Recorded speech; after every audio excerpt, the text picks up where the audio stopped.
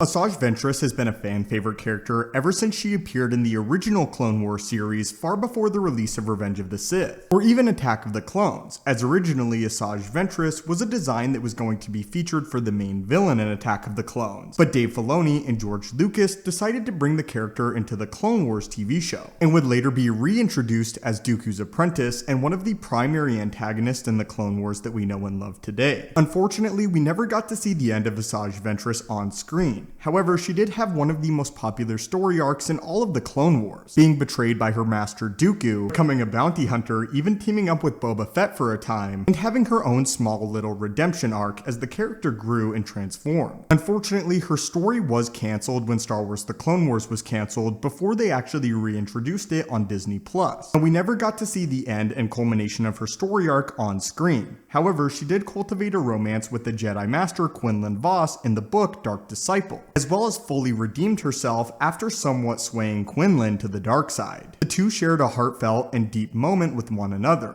moments before Asajj Ventress would sacrifice herself to save her newfound love, being disintegrated by Dooku's force lightning. Again, you heard that right, literally disintegrated. That is what makes today's report and announcement so intriguing, that Lucasfilm actually had plans to resurrect Asajj Ventress, but not in the time period that you would expect, such as Clone Wars Season 7. Asajj Ventress was actually going to appear in the second season of Star Wars Resistance. Star Wars Resistance, of course, being the animated show set between the events of The Last Jedi and The Rise of Skywalker, the time period where Kylo Ren and characters like Rey reigned, therefore revealing that an older version of Asajj Ventress had actually survived all of the events of Order 66, all of the events of the original Star Wars trilogy, and 2 of the 3 trilogy films in the sequels, therefore nullifying her original story arc from Dark Disciple and death at the hands of Dooku. Let's go ahead and talk about all that we learned, and whose idea it was to bring back Asajj Ventress, as well as why they ultimately scrapped the idea, which may turn out to be for reasons you don't expect. Star Wars Resistance is overseen by Dave Filoni, the same man responsible for the Clone Wars. This all comes from the head writer of Star Wars Resistance on the podcast Friends of the Force, where they revealed that Micah Gray's character was originally going to be Asajj Ventress, and that the idea stemmed from Dave Filoni himself.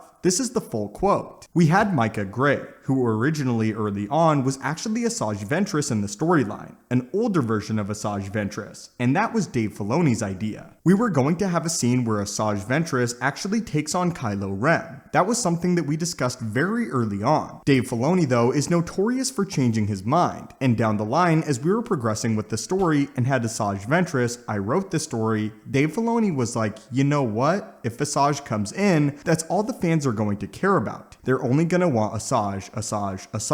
They're not going to care about any of the other characters or what is going on with them." At first, I was totally heartbroken because I thought it was so cool that we're doing that character and seeing how she survived, so I was really bummed out. I totally got what he was saying though. It made perfect sense. From this point on, it's going to be the Asajj show. And if the next episode didn't actually feature Ventress, a lot of the fans were going to be upset, or at least a percentage of the fandom who were watching it, who were suddenly saying, oh my gosh, it's a Clone Wars character. And then it would kind of just derail the show. And Dave Filoni was totally right. I agree with this, as well as another aspect. I think that Dark Disciple is actually an incredibly well-written Star Wars book, even though a large majority of the Star Wars fandom doesn't actually like it. The reason for that is that a large portion of the beginning of the book, very much so, focuses on the romance between Quinlan Vos and Asajj Ventress, and building up that relationship. But I think that if you can get past all of those chapters that really go on and seem to drone on, the payoff is really massive for the character of Ventress, and we finally get to see her official farewell. I also think that her death at the hands of Dooku is very powerful, because of the fact that this individual that she served for so long, she decides to go against and sacrifice herself, defying Dooku's will one moment before her death by saving love, embracing the emotion of love. It was also great to see Asajj Ventress actually try to sway Quinlan Vos back to the light side of the Force after he falls, and to get to see that true reversal. And of course, the fanboy in me would have loved to see Asajj Ventress duel Kylo Ren, especially getting to stack up how Kylo Ren compared to his duels with his grandfather with Ventress and kind of compare how the two held their own. But again, the storyteller really does appreciate Dark Disciple and feel like that is an appropriate end for these Clone Wars characters. Obviously, I would love to see Asajj Ventress show up later down the line, but I hope that they keep that story intact. And maybe they could go back and do more lost episodes of the Clone Wars and actually animate a lot of what happens in Dark Disciple. In the end though, I think keeping Asajj Ventress' story a tragic one is appropriate and is very much in line for Star Wars. It's fun to see all of these long dead characters brought back, but I think that if you do it too much, it becomes really hokey, which was a major complaint that a lot of fans had for The Rise of Skywalker, the fact that Palpatine is coming back again. Anyway, my friends, what are your thoughts on this? And what are your thoughts on Lucasfilm actually almost resurrecting Asajj Ventress? Do you like this idea or do you hate it?